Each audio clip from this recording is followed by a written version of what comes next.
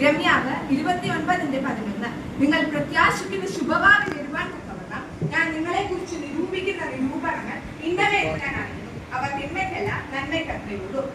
സ്നേഹിതരെ, ഇന്ന് നാം ഇവിടെ ആയിരിക്കുമ്പോൾ നമുക്ക് പലർക്കും നാളെ ഭയങ്കരമായിരിക്കാം.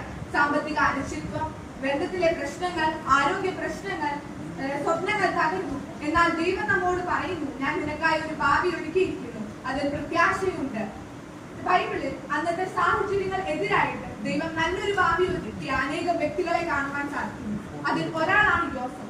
യോസഫിന്റെ ജീവിതം ദൈവം സങ്കടത്തിൽ നിന്ന് ഭാവി ഒരുക്കുന്നതിന് ഒരു ഉദാഹരണമാണ്.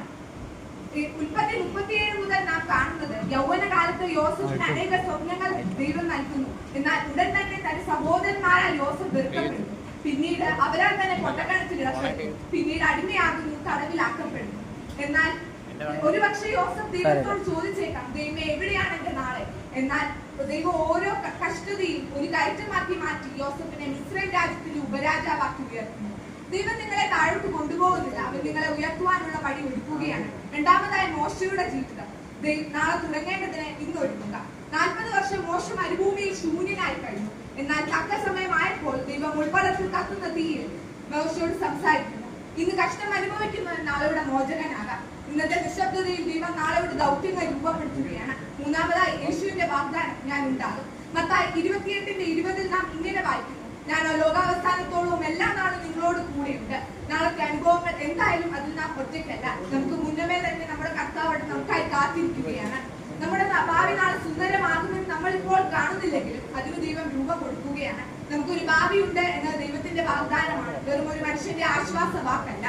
നമുക്ക് മുന്നിലുണ്ടാകുന്ന നാളെ കുറിച്ച് നമ്മൾ അറിയുന്നില്ലെങ്കിലും അതിലെ ഓരോ നിമിഷത്തെയും അറിയുന്ന ദൈവത്തെ കുറിച്ച് നമുക്ക് ഉറപ്പുണ്ടായിരിക്കണം.